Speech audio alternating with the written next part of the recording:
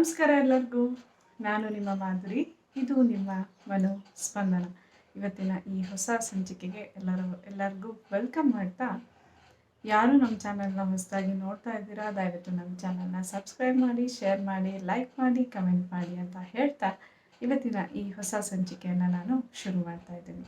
ಇವತ್ತು ನಾನು ಮಾತಾಡ್ತಿರೋಂತಹ ವಿಷಯ how to become a psychologist. I will be going to guide you step by step.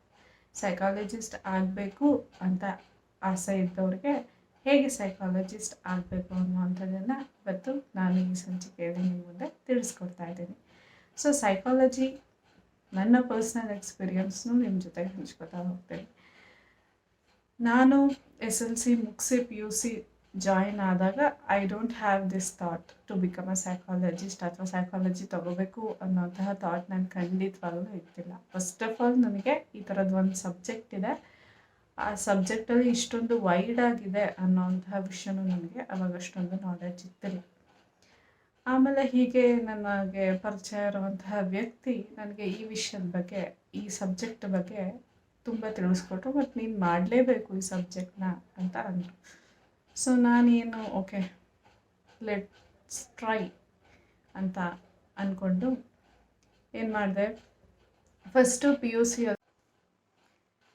ನೀವು ಯಾವಾಗ ನಿಮ್ಮ PUCಯನ್ನು ಮುಗಿಸ್ತೀರ, ನೀವು ಸೈನ್ಸ್ ಸ್ಟ್ರೀಮ್ ಅವರು ತೊಗೊಳ್ಳಿ ಅಥವಾ ಆರ್ಟ್ಸ್ ಸ್ಟ್ರೀಮ್ ಅವರು ತೊಗೊಳ್ಳಿ, ನೀವು PUC ಮುಗಿಸ್ತಿದ್ದಂಗೆ ನೀವೇನು ಮಾಡಬೇಕಾಗತ್ತೆ, ಡಿಗ್ರಿಗೆ ಜಾಯಿನ್ ಆಗುವಾಗ ಎರಡಿದೆ, ಒಂದು BSc ಒಂದು BA ಇನ್ ಸೈಕಾಲಜಿ ಅಥವಾ BSc ಇನ್ ಸೈಕಾಲಜಿ. ಅಲ್ಲಿ ನಿಮಗೆ 3 ಸಬ್ಜೆಕ್ಟ್ ತೊಗೋಬೇಕಾಗಿರುತ್ತೆ. ಅದರಲ್ಲಿ ಒಂದು ಕಾಂಬಿನೇಷನು ಸೈಕಾಲಜಿ ಕೂಡ ಇದೆ. ನೀವು ಈ ಮೈಸೂರು ರೀಜನ್ ಅವರಾಗಿದ್ದರೆ ನಿಮಗೆ ಹಾಸನಲ್ಲಿ ಕಾಲೇಜ್ ಇದೆ, ಹಾಸನ್ ಹೋಮ್ ಸೈನ್ಸಲ್ಲಿ ನಿಮಗೆ ಸೈಕಾಲಜಿ ಕಾಂಬಿನೇಷನ್ BSc ಇದೆ ಮತ್ತು BAನೂ ಇದೆ. ಅದು ಬಿಟ್ಟರೆ ನೀವು ಮೈಸೂರು ಮಹಾರಾಣಿಸಲ್ಲಿದೆ, ಮಹಾರಾಜಾಸಲ್ಲಿದೆ. ಸೊ ನೀವು ಅಲ್ಲಿ ಹೋಗಿ ಮಾಡ್ಬೋದು. ಅದು ಬಿಟ್ಟರೆ ನಿಮಗೆ ಶಿವಮೊಗ್ಗದಲ್ಲಿದೆ BSc, ಉಜ್ರೆಯಲ್ಲಿದೆ BA ಅಥವಾ BSc ಇದೆ. ಸೊ ಮಂಗಳೂರಲ್ಲಿದೆ. ನೀವು ಎಲ್ಲಿ ಬೇಕಾದ್ರೂ ಚಾಯ್ಸ್ ಮಾಡ್ಕೋಬೋದು ವಿತಿನ್ ಕರ್ನಾಟಕ ಅನ್ನೋದಾದರೆ. ಆಮೇಲೆ ನೀವು once if you finished your psychology in BSc or BA, next ನೀವು MA ಅಥವಾ MSc ಡಬಲ್ ಡಿಗ್ರಿಯನ್ನು ಮಾಡ್ಕೋಬೇಕಾಗತ್ತೆ if you want to become a psychologist. So ಅದಕ್ಕೂ ಮುಂಚೆ ನಾನು ಒಂದು ವಿಷಯನ ಕ್ಲಿಯರ್ ಮಾಡ್ತೀನಿ ಇಲ್ಲಿ. ಫಸ್ಟು ಈ ಸೈಕಾಲಜಿಸ್ಟು ಮತ್ತು ಸೈಕಾಟ್ರಿಸ್ಟ್ಗೂ ಏನಪ್ಪ ಡಿಫ್ರೆನ್ಸು ಅಂತಂದರೆ ಎಲ್ಲ ಕನ್ಫ್ಯೂಸ್ ಮಾಡ್ಕೋತಾರೆ. ಸೈಕಾಲಜಿ ಅಥವಾ ಸೈಕ್ಯಾಟ್ರಿಸ್ಟ್ ಅಂದ ತಕ್ಷಣ psychiatrist is a medical degree, ಅದು ಒಂದು ಮೆಡಿಕಲ್ ಡಿಗ್ರಿ. ಅವ್ರೇನು ಮಾಡಬೇಕಾಗತ್ತೆ, MBBS PUC ಆದಮೇಲೆ MBBS ಮುಗಿಸಿ ಆಮೇಲೆ MD ಇನ್ ನ್ಯೂರೋಸರ್ಜನ್ ಆ ಥರ ಯಾವುದಾದ್ರು ಒಂದರಲ್ಲಿ ಅವರು ಸ್ಪೆಷಲೈಸೇಷನ್ ಮಾಡ್ತಾರೆ.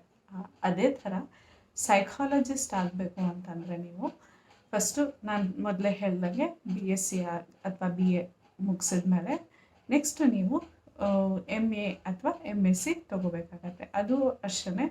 ನಿಮಗೆ ಮೈಸೂರು ಯೂನಿವರ್ಸಿಟಿ ಇದೆ, ಶಿವಮೊಗ್ಗ ಯೂನಿವರ್ಸಿಟಿ, ಕುವೆಂಪು ಯೂನಿವರ್ಸಿಟಿ ಇದೆ ಅಥವಾ ಮ್ಯಾಂಗ್ಳೂರು ಯೂನಿವರ್ಸಿಟಿ ಇದೆ. ಎಲ್ಲಿ ಬೇಕಾದರೂ ನೀವು ನಿಮ್ಮ MA ಅಥವಾ MScಯನ್ನು ಮಾಡ್ಬೋದು. MScಲೂ ಅಷ್ಟೇ ನಿಮಗೆ ತುಂಬ ಸ್ಪೆಷಲೈಸೇಷನ್ ಬರುತ್ತೆ. It's may be clinical psychology, it's may be industrial psychology ಅಥವಾ ಅನಿಮಲ್ ಸೈಕಾಲಜಿ, ಯಾವುದು ಬೇಕಾದ್ರೂ ನೀವು, ಅಥವಾ ಚೈಲ್ಡ್ ಸೈಕಾಲಜಿ, ಯಾವುದಾದ್ರು ಒಂದು ಸ್ಟ್ರೀಮಲ್ಲಿ ನೀವು ನಿಮ್ಮನ್ನ ಆ್ಯಕ್ಟ್ ಮಾಡಿಕೊಂಡು MSc ಅಥವಾ MA ಮಾಡಬೇಕಾಗತ್ತೆ. ಅದಾದ ನಂತರ ಮಾತ್ರ you can become a psychologist.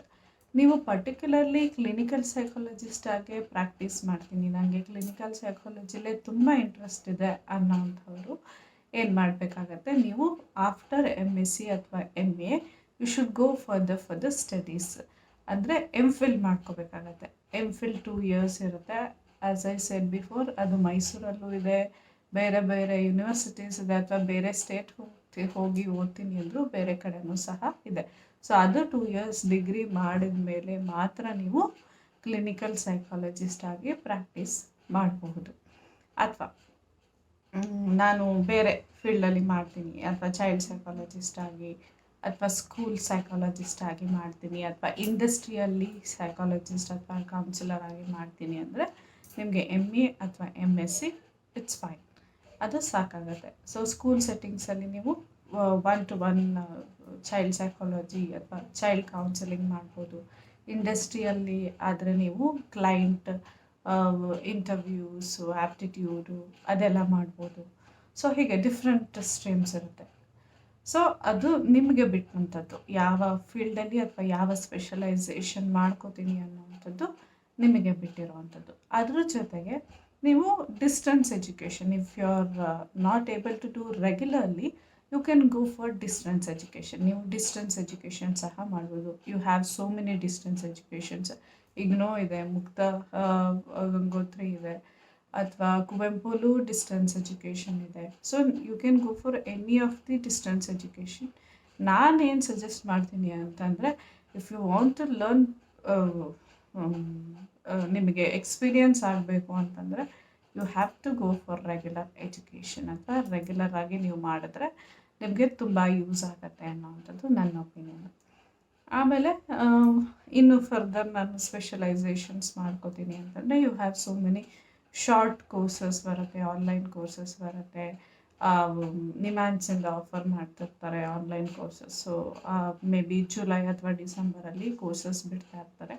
So ನೀವು ಆ ಟೈಮಲ್ಲಿ ವೆಬ್ಸೈಟ್ಸ್ನ, ಅಫಿಷಿಯಲ್ ವೆಬ್ಸೈಟ್ಸ್ನ ಚೆಕ್ ಮಾಡ್ತಾ ಇದ್ದರೆ you can also do the specialisation or further diploma, PG diplomas ಎಷ್ಟೊಂದು ಬಿಡ್ತಾ ಇರ್ತಾರೆ. ಸೊ ನೀವು ಅಲ್ಲೂ ಸಹ ನೀವು ಫರ್ದರ್ ಆಗಿ ಮೂವ್ ಆನ್ ಆಗ್ತಾ ಹೋಗ್ಬೋದು. So you have career in psychology, but ಅದು ನಿಮ್ಮ ಪೊಟೆನ್ಷಿಯಲ್ ಮೇಲಿರುತ್ತೆ. ಯಾವುದೇ ಫೀಲ್ಡ್ ಆದರೂ ಅಷ್ಟೇ, ನಿಮ್ಮ ಪೊಟೆನ್ಷಿಯಲ್ ಹೇಗಿರುತ್ತೆ ಅಥವಾ ನಿಮ್ಮ ನಾಲೆಡ್ಜ್ ಹೇಗಿರುತ್ತೆ ಅನ್ನೋದ್ರ ಮೇಲೆ ನಿಮಗೆ ಕೆರಿಯರ್ ಡೆಫಿನೆಟ್ಲಿ. ಸೈಕಾಲಜಿಲೂ ಅಷ್ಟೇ, ಸೈಕಾಲಜಿ ಫೀಲ್ಡಲ್ಲೂ ಯು ಹ್ಯಾವ್ ವೈಡರ್, ಈಗಂತೂ ತುಂಬಾ ವೈಡ್ ಆಗಿದೆ. You can opt for the subject and you can move on this field. I think ನಿಮಗೆ ಈ ಮಾಹಿತಿ ಇಷ್ಟ ಆಗಿದ್ದಲ್ಲಿ ದಯವಿಟ್ಟು ನಮ್ಮ ಚಾನಲ್ನ ಸಬ್ಸ್ಕ್ರೈಬ್ ಮಾಡಿ, ಶೇರ್ ಮಾಡಿ, ಲೈಕ್ ಮಾಡಿ ಅಂತ ಹೇಳ್ತಾ ನಾನು ಇವತ್ತಿನ ಈ ಮನೋಸ್ಪಂದನವನ್ನು